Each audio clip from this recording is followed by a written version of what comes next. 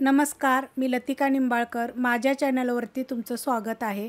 आज मी तुम्हाला झटपट असा पराठा बनवून दाखवणार आहे. त्यासाठी साहित्य बघा, एक बटाटा घेतला शिजवून, कोथिंबीर घेतलेली आहे, एकदम बारीक असा कांदा कापून घ्यायचा, अर्धा इंच आलं आहे, हिरवी मिरची आणि 2-3 लसणाच्या पाकळ्या आणि थोडंसं जिरं आहे. हे सगळं मी कुटून घेतलेलं आहे. कुटून घ्या म्हणजे चव छान लागते. रेसिपी बघितली की लाईक करा आणि कमेंट करा. एक वाडगं घेतलेलं आहे, त्याच्यामध्ये पहिला आपण बटाटा असा बारीक करून घेऊया. एकदम बारीक करायचे.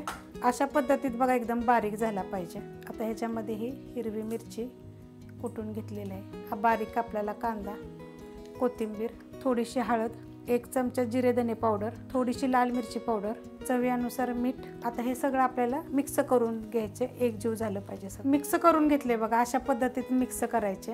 आता ह्याच्यामध्ये बघा, हे छोटा बटरचा तुकडा टाकलेला आहे एक, आणि आपण एक चीज घेतलेलं आहे, अमूलचं चीज आहे बघा. हे आपण असं खिसून टाकूया. चीज बघा खिसून टाकलेलं आहे, आणि हा बटर आहे. आता हे चांगलं मिक्स करून घ्यायचं आपल्याला, असं दाबून दाबून एकजीव करून घ्यायचे. मिक्स करून घेतलंय, हे सगळं एकजीव झालं पाहिजे. अशा पद्धतीत हे गव्हाचं पीठ मी मळलेलं आहे, जे आपण चपातीला कसं मळतो अशा पद्धतीत हे घट्ट असं पीठ मळून घेतलेलं आहे. थोडंसं मीठ टाकलंय आणि तेल टाकून मळून घेतलेलं आहे. आता आपण बनवायला सुरुवात करूया. पिठाचा बघा हुंडा करून घेतलेला आहे. थोडंसं पीठ खाली टाकायचं आणि लाटून घ्यायचं. अशा पद्धतीत बघा लाटून घ्यायचे, आणि एवढे जाड आकाराचं लाटायचे. आता ह्याच्यामध्ये हे जे आपण बटाट्याचं बनवलं होतं हे टाकून घ्यायचं बघा, 1 चमचा, आणि असं सगळीकडून का नाही फोल्ड करून घ्यायचं. अशा प्रकारे घ्यायचं बघा करून. हे बघा अशा प्रकारे करून घ्यायचं, जसं आपण मोदकाला करतो असं. आणि ही जी बाहेर आले नाही, काढून टाकलं तरी चालतंय, नाहीतर असं दुमतलं तरी चालेल. आणि असं करून घ्यायचं बघा.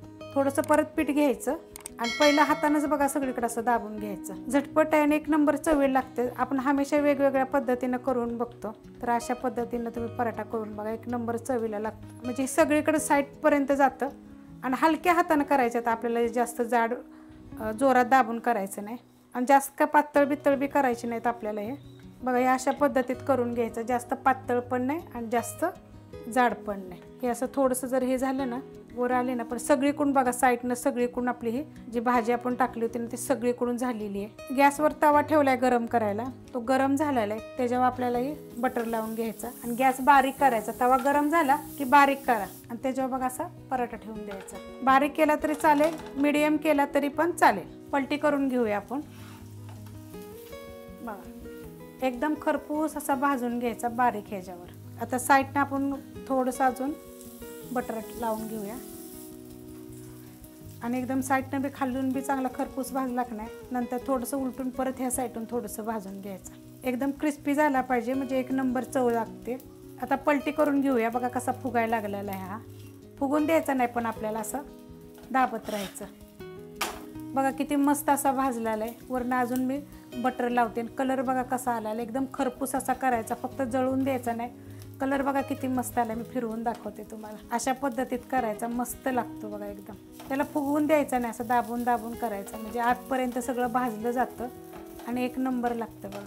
पाठीमागची साईड तुम्हाला दाखवते बघा, मस्त असा आलेला आहे कलर. गॅस बंद करते आणि मी खाली काढून दाखवते. बघा किती छान असा भाजलेला आहे आणि 1 नंबर चवीला लागतो. ही जर रेसिपी तुम्हाला आवडली तर लाईक करा, सबस्क्राईब करा, कमेंट करा आणि शेअर बी करा.